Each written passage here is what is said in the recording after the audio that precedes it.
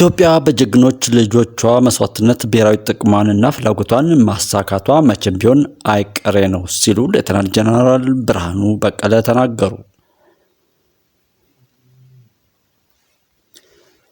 ኢትዮጵያ በጀግኖች ልጆቿ መስዋዕትነት ብሔራዊ ጥቅሟንና ፍላጎቷን ማሳካቷ መቼም ቢሆን አይቀሬ ነው ሲሉ የሰሜን ምዕራብ እዝ ዋና አዛዥ ሌተናል ጀነራል ብርሃኑ በቀለ ናቸው የተናገሩት። ሌተናል ጀነራል ብርሃኑ በቀለ ከጠቅላይ መምሪያው ስታፍ ከፍተኛ መኮንኖች ጋር በነበራቸው ቆይታ ወቅት ሰሜን ምዕራብ እዝ የታሪካዊ ጠላቶቻችንን ሴራ እያከሸፈ የተላላኪዎቹን አከርካሪ ሰብሯል ሲሉም ገልጿል። ጽንፈኛው በኩይ ድርጊቱና በሰራዊታችን በተወሰደበት የተጠናና የተቀናጀ ኦፕሬሽን ከህዝቡ እንዲነጠል ተደርጓል። ቀሪ ስራዎችን በማጠናቀቅ የቀጠናውን ሰላም አስተማማኝ ለማድረግ እንደሚሰራም አብራርተዋል። የታሪካዊ ጠላቶቻችን ሴራና የተላላኪ ባንዳዎች መፈራገጥ የኢትዮጵያን ጥቅምና ፍላጎት ከማሳካት መቼም ቢሆን አያግድም ያሉት ሌተናል ጀነራል ብርሃኑ በቀለ ለዚህም የሰራዊታችን ዝግጁነት ከመቼውም ጊዜ በላይ የላቀ ነውም ብለዋል። አገራዊም ሆነ ተቋማዊ አቅማችን በከፍተኛ ደረጃ አድጓል ያሉት ሌተናል ጀነራሉ ኢትዮጵያ ወደ ከፍታ የምታደርገውን ጉዞ ለማደናቀፍ የሚፍጨረጨሩ ተላላኪ ባንዳዎች ላይ ሰሜን ምዕራብ እዝ የማያዳግም እርምጃ መውሰዱን አጠናክሮ እንደሚቀጥልም አረጋግጧል።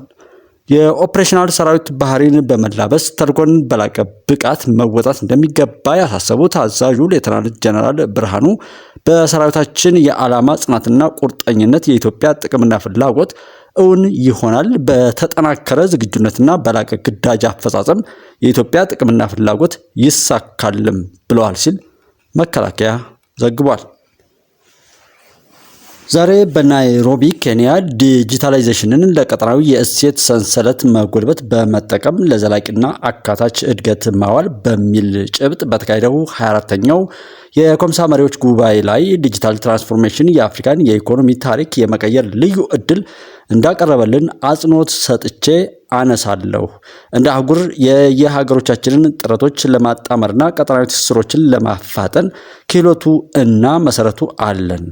በኢትዮጵያ ዲጂታል ክህሎትን ለማበልጸግና አስፈላጊ መሰረተ ልማትን ለመገንባት ጥሩ እርምጃዎች ተራምደናል። የጋራ ዲጂታል ነጋችንን ለማሳደግ በትብብር ለመስራትም ዝግጁ ነን ሲሉ ጠቅላይ ሚኒስትር ዶክተር አብይ ተናግረዋል። በቅርቡ የኢትዮጵያ ብሔራዊ ባንክ ገዢ ተደርገው የተሾሙት ኢዮብ ተካልኝ በመላ ሀገሪቱ የፋይናንስ እንቅስቃሴ ቁጥጥርን ማጠናከር አስፈላጊ መሆኑን አሳሰቡ። የብሔራዊ ባንክ ገዢው ይህን ያስታወቁት በሳምንት ከፋይናንስ ተቋማት መሪዎች ጋር ባደረጉት የመጀመሪያ ውይይታቸው ነው ተብሏል። ውይይቱ በባንኮች፣ በኢንሹራንስ ኩባንያዎች፣ በአነስተኛ የፋይናንስ ተቋማት፣ በክፍያ አገልግሎት ሰጪዎች፣ በጡረታ ፈንዶች እና በካፒታል ዕቃዎች የሊዝ ኩባንያዎችን ጨምሮ ብሔራዊ ባንክ በቁጥጥር ስር ያሉ የሁሉም የፋይናንስ ተቋማት ዋና ስራ አስፈጻሚዎችንና ፕሬዝዳንቶችን ያሳተፈ መሆኑም ተገልጧል። በዋነኛነትም የፋይናንስ ዘርፉን ለማጠናከር ያለሙ የጋራ ቅድሚያ የሚሰጣቸው ጉዳዮች ላይ ምክክር መደረጉን ከብሔራዊ ባንክ የተገኘው መረጃ ያመላክታል። በዚሁ ወቅት ኢዮብ ተካልኝ ጠንካራ የገንዘብ ቁጥጥር በዋና ዋና የኢኮኖሚ ተዋናዮች ውጤታማ የሆነ ተሳትፎ ላይ የተመሰረተ እና በጠንካራም አስተዳደር የተደገፈ መሆን እንዳለበትም አጽንኦት ሰጥቷል ተብሏል።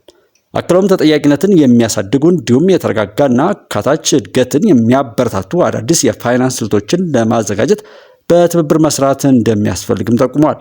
ኢዮብ ተካልኝ ከመስከረም 9 ቀን 2018 ዓ.ም ጀምሮ የብሔራዊ ባንክ ገዢ ተደርገው በጠቅላይ ሚኒስትር ዶክተር አብይ ከመሾማቸውም አስቀድሞ የገንዘብ ሚኒስትር ዴኤታ በመሆን ሲያገለግሉ የነበሩ መሆኑ ይታወሳል። ኢትዮጵያና ቆጵሮስ የሁለትዮሽ ግንኙነትን ለማጠናከር የመግባቢያ ስምምነት ተፈራረሙ ተባለ።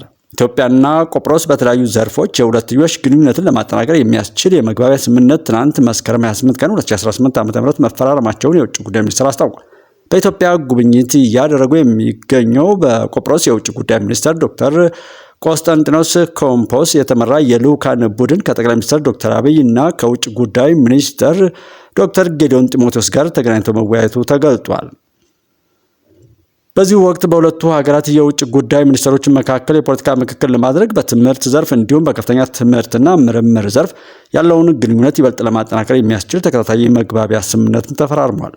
የመግባቢያ ስምምነቱ መፈረም በሁለቱ ሀገሮች መካከል ያለውን ዲፕሎማሲያዊ ግንኙነት ለማጠናከርና የረጅም ጊዜ አጋርነትን ለማጎልበት ወሳኝ ምዕራፍ ነው መሆኑ የተቀመጠው። ጠቅላይ ሚኒስትር ዶክተር አብይ በትናንትናው ዕለት በማህበራዊ ትስስር ገጻቸው ባስተላለፉት መልእክት የቆጵሮስ ልዑካን ቡድን በቢሮአቸው ተቀብለው ማነጋገራቸው እንዳስደሰታቸው በመግለጽ ሀገራቱ ዲፕሎማሲያዊ ግንኙነቶችን በማጠናከርና ኢኮኖሚያዊና ፖለቲካዊ ትብብርን በማሳደግ ላይ ጠንካራ የጋራ ፍላጎት አላቸውም ብለዋል።